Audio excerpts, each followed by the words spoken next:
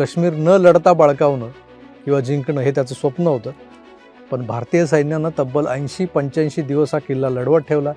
450च्या वर सैनिकांचं बलिदान स्वीकारलं आणि त्यानंतरही तोकड्या तंत्रज्ञानामुळे भारत ही लढाई जवळपास हरल्यात जमा असताना इस्रायलनं केलेली मदत ही मिराज 2000ला अत्याधुनिक साथ चढवणारी ठरली आणि इस्रायली युद्ध विशेषज्ञांनी वेगवेगळ्या मिलिटरी बेसवरून जी टेक्नॉलॉजी युटिलाइज केली त्यामुळे भारतानं पुढच्या अवघ्या 6 दिवसात पाकिस्तान आर्मीनं बळकावलेली पीकवरची जेवढी ठाणी होती ती उद्ध्वस्त केली.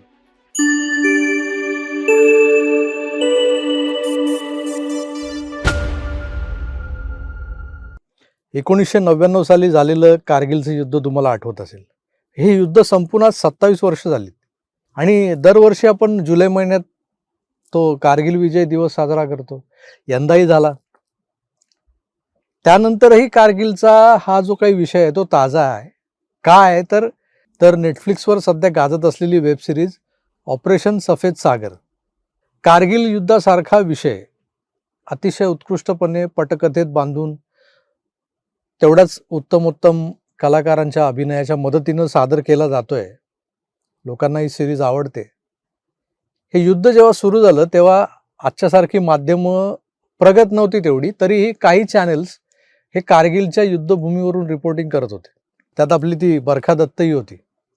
या बाईला तिकडं कशाला पाठवलं होतं, कोणी पाठवलं होतं आणि परवानगी कशी काय दिली गेली होती यावर आता काथ्याकूट होताना दिसतो. म्हणजे आता लोक बोलत आहेत त्यावर. कारण पाकिस्तानी फौजांना आपल्या बोफोर्स तोफांचं एक्झॅक्ट लोकेशन हे बरखा दत्तच्या रिपोर्टिंगवरून समजत होतं असं उघड झाल्यानंतर. किंबहुना तिच्याकडे एखादा सॅटेलाइट फोन असावा अशी शंका व्यक्त केली जाते आता. पण सामान्य भारतीयाला काय दाखवलं जात होतं तर एकीकडे हजारो फूट उंच पर्वत, ते द्रास सेक्टर, त्यातलं टायगर हिल, टोलोलिंग वगैरे अशी जी काही पीक्स होती म्हणजे हजारो फूट उंच, आणि त्या हजारो फूट उंचीच्या पीक्सवरून तिथे जी काही लष्करी ठाणी बनवली होती ती जी पाकिस्तानने बळकावलेली होती आणि तिथून डोंगर माथ्यावरून होणारा गोळीबार भारतीय फौजांवर आणि खाली त्या गोळ्या खाणारा भारतीय जवान, शत्रूवर आपले जवान खाली, मध्ये तब्बल 12 ते 19,000 फुटांची उंची, अशा परिस्थितीत भारतीय सैन्य लढत होतं.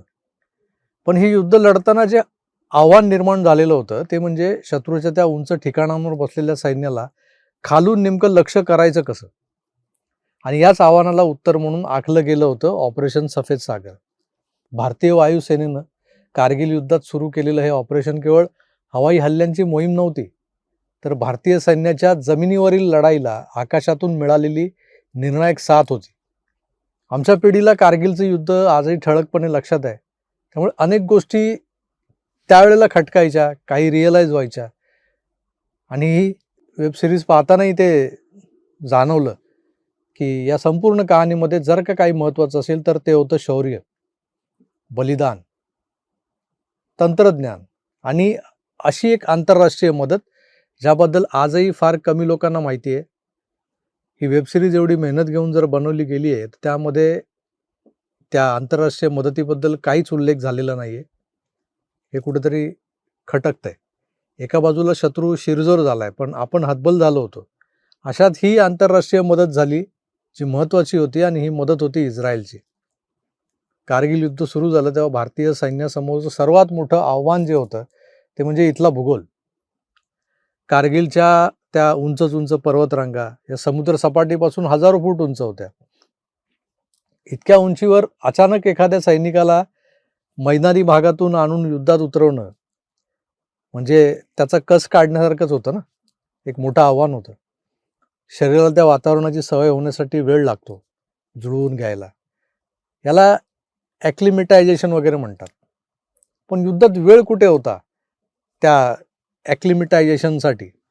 एका बाजूला पाकिस्तानकडून घुसखोरी झाली होती आणि काही महत्त्वाच्या पोस्टवर त्यांनी ताबा मिळवलेला होता आणि दुसरीकडे भारतीय जवानांना त्या दुर्गम आणि उंच पर्वतरांगांमध्ये शत्रूनं बळकावलेली आपली एक इंच जमीन परत मिळवायची होती.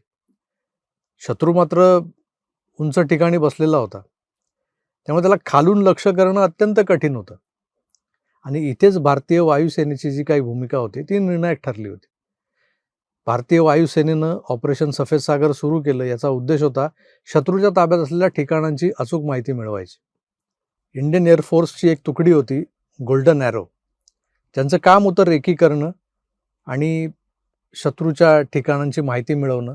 जे त्यांच्या MiG-21 खाली ते अतिशय प्रगत असे कॅमेरे लावलेले होते. त्यातून ते फोटोज घ्यायचे आणि या फोटोजचं नंतर विश्लेषण केलं जायचं. शत्रूच्या ताब्यात असलेल्या ठिकाणांची अचूक माहिती मिळायची. त्यामुळे त्यांच्या तैनातीचा अंदाज यायचा आणि त्यानंतर योग्य लक्ष्यांवर हवाई हल्ले करायचे. म्हणजे काय तर फक्त बॉम्ब टाकायचे नव्हते, तर आधी अचूक माहिती, अगदी परफेक्ट माहिती मिळवायची होती. कारण पर्वतरांगांमध्ये एक चुकीचा अंदाजही जीवघेणा ठरू शकतो. याच कामी भारतीय वायुसेनेच्या वैमानिकांनी अत्यंत धोकादायक मोहिमा केल्या आणि या शौर्याच्या कहाणीमध्ये एक नाव कायमच लक्षात राहतं, स्क्वॉड्रन लीडर अजय आहूजा. वेबसिरीजमध्ये तुम्ही पाहिलं असेल. अजय आहूजा हे कारगिल युद्धात महत्त्वाच्या हवाई मोहिमांमध्ये सहभागी होते. ते शत्रूच्या तैनातीची माहिती मिळवण्यासाठी त्या एक प्रकारच्या रेकी मिशनवर होते. पण अचानक त्यांच्या विमानाला शत्रूच्या स्ट्रिंजर मिसाईलचा फटका बसला. विमानानं मागून पेट घेतला आणि त्या क्षणी त्यांनी कंट्रोल रूमला परिस्थितीची माहिती देण्याचा प्रयत्नही केला, पण विमान कोसळू लागलं. आहूजा यांनी पॅराशूटच्या मदतीने इजेक्ट केलं, खाली उतरण्याचा प्रयत्न केला, पण दुर्दैवानं ते शत्रूच्या ताब्यात असलेल्या गावातच उतरले. तर यानंतर त्यांच्यासोबत जे घडलं ते अत्यंत वेदनादायक तर होतंच. त्यांचा मृतदेह सापडल्यानंतर त्यांच्या मृत्यूबाबत गंभीर प्रश्न निर्माण झाले होते. कारण युद्ध कैद्यांबाबतचे सारे संकेत, आंतरराष्ट्रीय नियम जे असतात युद्धबंद्यांचे, ते सगळे धाब्यावर बसवून अजय आहूजांना पाकिस्ताननं मारलं होतं. त्यांच्या लेखी तो एक हिंदुस्थानी शिपाई होता, पण देशानं एका शूर सैनिकाला गमावलेलं होतं. तर कारगिल युद्धात आणखी एक हृदयाचा ठोका चुकवणारी घटना म्हणजे फ्लाईट लेफ्टनंट नचिकेता याची कहाणी आहे. अत्यंत गुणी असा तरुण वैमानिक. कारगिलमध्ये जे ऑपरेशन सुरू होतं त्यात त्याच्याही विमानावर हल्ला झाला. त्यानेही जे केलं पॅराशूटच्या साहाय्यानं तोही खाली उतरला, पण तेही भारतीय हद्दीत उतरता आलं नाही. त्यांना पाकिस्तानी सैन्यानं पकडलं. काही काळ ते युद्धकैदी होते. त्यांच्यावर प्रचंड मानसिक दबाव टाकण्यात आला, शारीरिक छळ सहन केला त्यांनी, मानसिक त्रास सहन केला. पण शेवटी भारताच्या डिप्लोमॅटिक प्रयत्नानंतर नचिकेताला भारतात परत पाठवलं आणि जेव्हा ते भारतात परतले तेव्हा देशानं त्यांचं ज्या पद्धतीनं स्वागत केलं ते दृश्य आजही विसरणं कठीण आहे. कारण तो केवळ एका सैनिकाचा विजय नव्हता, तो संपूर्ण भारताच्या जिद्दीचा विजय होता. पण ऑपरेशन सफेद सागरची कहाणी इथं संपत नाही मित्र.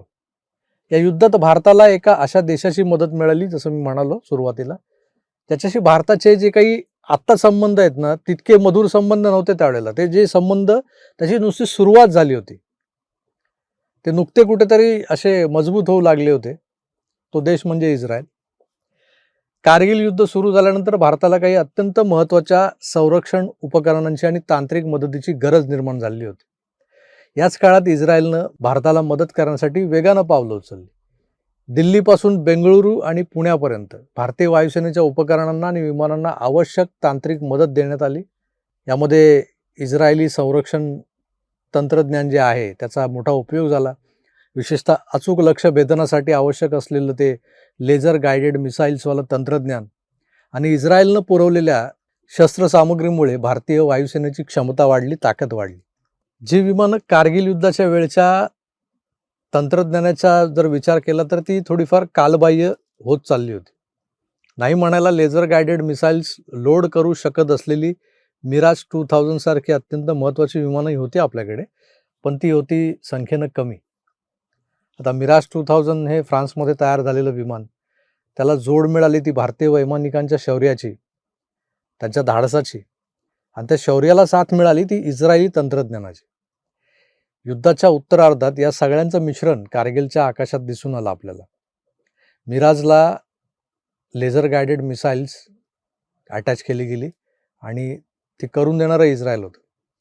कारण युद्ध सुरू झाल्यानंतर परिस्थिती अत्यंत गंभीर होती. सुरुवातीला भारताला मदत हवी होती, पण ती युद्धात महिनोन्महिने वाट पाहण्याची मुभा नसते हे दाखवणारी होती. की तुम्ही महिनोन्महिने बसून राहाल तर काय होणार आहे, तुमच्याकडे नाही आहे तर ते तंत्रज्ञान मिळवा. ते उपलब्ध अशा भारतीय प्रणालीमध्ये बसवा, वैमानिकांना आणि तांत्रिक कर्मचाऱ्यांना त्याची माहिती द्या. हे सगळं अत्यंत कमी वेळात करायचं होतं. आणि म्हणून कारगिल युद्धात भारत इस्रायल संरक्षण सहकार्याचा हा अध्याय अत्यंत महत्त्वाचा मानला जातो. ही मदत केवळ शस्त्रांची नव्हती, तर टेक्नॉलॉजी, टेक्निकल एक्सपर्टीज आणि युद्धाच्या गरजेनुसार जे जलद सहकार्य अपेक्षित होतं त्या जलद सहकार्याची होती. भारत आणि पाकिस्तानमध्ये झालेल्या शिमला करारानुसार हिवाळ्यात LOCवरच्या उंच शिखरांवरच्या ठाण्यांमध्ये जिथं मायनस टेम्परेचर असतं त्या पिक्सवर सैनिकांचा जीव धोक्यात न घालता ती ठाणी रिकामी करून खाली उतरायचं असतं.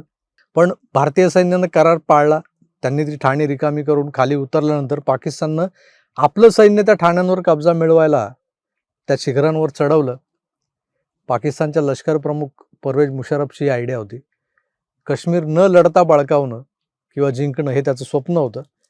पण भारतीय सैन्यानं तब्बल 80-85 दिवस हा किल्ला लढवत ठेवला.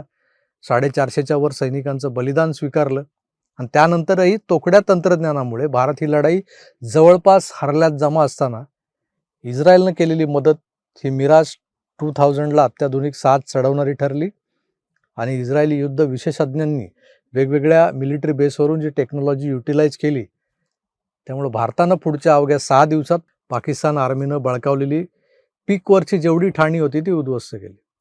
त्यामुळे एक कृतज्ञता म्हणून तरी इस्रायलच्या या मदतीचा पुसटसा उल्लेख या वेब सिरीजमध्ये व्हायला हवा होता, पण दुर्दैवानं तो टाळलाय. असो, कारगिल युद्धात भारताची बाजू सुरुवातीपासूनच लंगडी होती. त्यात बरखा दत्तसारख्या पाकड्यांच्या हितचिंतकांना थेट बॉर्डरवर नेणं हे त्यावेळेच्या सरकारचं काय म्हणायचं सरकारशी घोडचूकच म्हणायची ती. पण वेळेवर इस्रायलनं मदत केली. इस्रायल सोबत आहे म्हटल्यावर चीन तटस्थ राहिला. नाहीतर भारताला एकाच वेळी 2 किंवा 3 आघाड्यांवर युद्ध लढायला लावायचं होतं पाकिस्तानला. आणि तसं युद्ध लढावं लागणं म्हणजे दुसरा दारुण पराभवच होता आपला. आपल्या सुदैवानं तो नाही झाला, पण त्यात इस्रायलचा वाटा मोठा होता. हे स्वीकारलं असतं तर बरं झालं असतं. हे झालं माझं मत. यावर तुमचं मत काय ते कमेंट करून जरूर कळवा. मी तुर्तास इथेच थांबतो. पुन्हा भेटूच. तोवर आपली काळजी घ्या आणि पाहत राहा आपलं आवडतं YouTube चॅनल आकार DG9. धन्यवाद. नमस्कार.